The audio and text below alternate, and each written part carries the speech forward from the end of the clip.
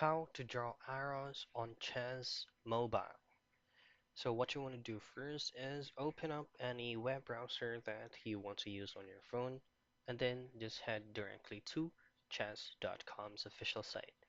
Now once you're here, make sure that you logged into your account by tapping up on this gear icon at the top right portion of your screen.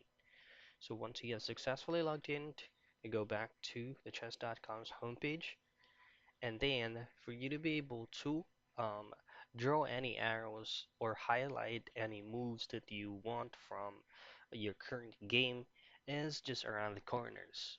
So to do that, just go back to the gear icon at the top right portion and then choose on board and pieces.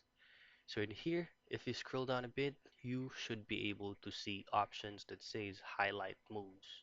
And you can also change preferences from your move method if it's going to be a drag or click squares. Now in here, you just have to make sure that this option that says highlight moves is turned on. This is gonna be providing you options of any painting that you can draw from your current live game if this is turned on. So that's it. That's how you can go ahead and draw arrows on chess.com from your mobile.